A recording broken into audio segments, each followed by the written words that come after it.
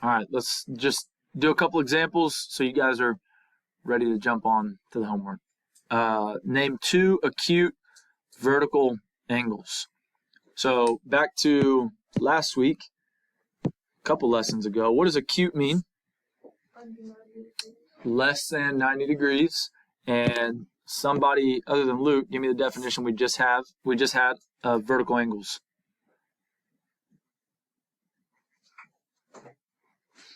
We just wrote it down. What's our definition for vertical angles? Thank you, Presley. Good. Formed by two intersecting lines. So somebody give me two acute vertical angles here. Go ahead, Trevor. Okay, so the lines absolutely are intersecting. Now give me the angle names for the vertical angles, because you just gave me the lines. So I see a vertical angle here and here. How are we going to name those two angles? Go ahead, Trevor. 3 points. 3 points. Yeah. This goes back to last week. How do we name one of those two angles? Okay, so there's one, angle UVW. Remember, I start out at a point on the side.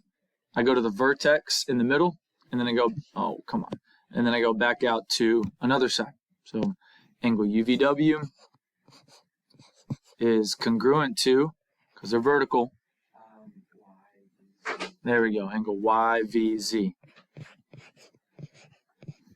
And they're less than 90 degrees, so they're acute, right? Okay, love that. Two obtuse adjacent angles. So we got some different vocab going on in these problems. What does obtuse mean? Greater than 90. And adjacent means next to. Two obtuse adjacent angles. Remember, you could go ahead, Miles. Is it like UVZ, ZVX? Nice, UVZ and ZVX. So what Miles did is, right, it's a little bit odd. You eliminate this part of the line in your drawing, right? Just mentally you eliminate that, because if we went here, ZVY, we just said that's acute. But we can make this an obtuse angle by going ZVX. Right, that's obtuse, and then adjacent means next to, so they need to share this common side, and the other obtuse angle here would be UVZ. So we're just not using this part of the diagram, and that's totally okay. So go ahead and write the two obtuse angles, ZVX and ZVU. Okay.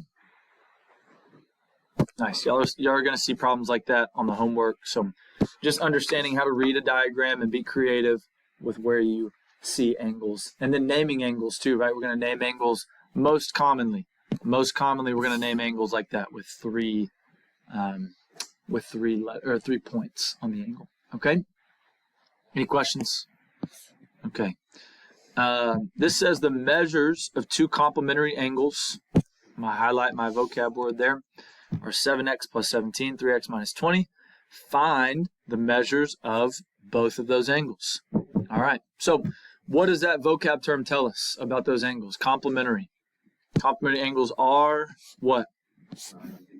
Yep, the sum of those angles are 90 degrees. So how are we going to set up this problem? I'm going to call on somebody. Ryder, go ahead and try this out. Set this problem up for me. If complementary angles, the sum of complementary angles equal 90 degrees. Love that. Plus 3x minus 20 equals 90. Like I said, the setup is 90% of the problem. This is some pretty simple algebra, right? Combine like terms. 10x minus 3 equals 90. 10x equals 93. x equals 9.3. Is that what y'all are getting as well? Okay, are we done? It didn't say find x. What did it say? Find the measure. Find the measure of the angles. It's kind of annoying. It's giving us a decimal to plug in here. Okay, somebody pull their calculator out for me and do this. We're going to go 7 times... sorry, we can just name these, right? The problem didn't name them for us, so we'll just say this is angle 1 and this is angle 2. I'm just naming them, whatever. Doesn't matter. Angle 1 equals 7 times x, which is 9.3, plus 17. Somebody give that to me real quick. 82.1. Somebody verify that. I'm being lazy and not pulling up my calculator. Yes, no? Is that what y'all got? Somebody else with a calculator? Nice. And then we got angle 2, 3 times x, which is 9.3, minus 20. What do we get here? Oh, good. I already knew that because they're complementary. So if this one's 82.1 degrees, then I know angle 2 needs to add to get to 90. 82.1 plus 7.9 is going to be 90 degrees. These are complementary. Okay. What was that? Complementary. Okay. Questions on that guy? Only got one more, and then you guys got 20 minutes to work on homework. Good there? Okay. Let's go ahead and draw this.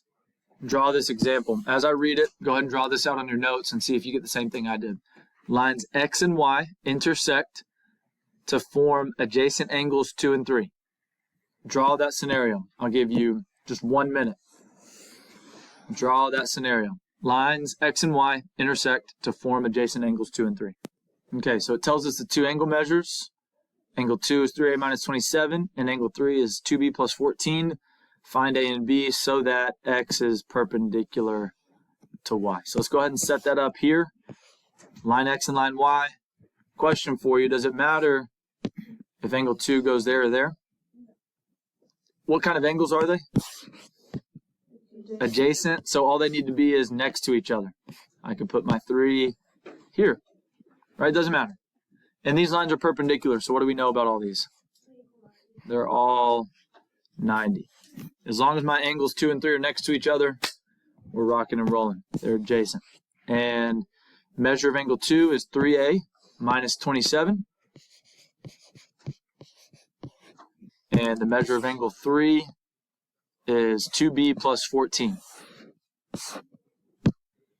2b plus 14.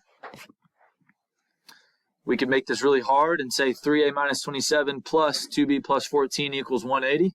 Or we can make it really easy and set both of them equal to 90. Right? Okay, y'all do the algebra real quick. Solve for A, solve for B, and then we're done. 3A.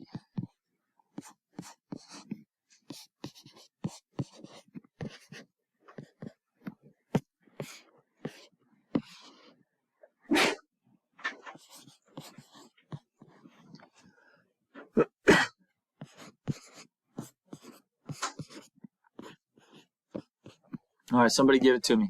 What's A equal? Sorry? Nice. 39.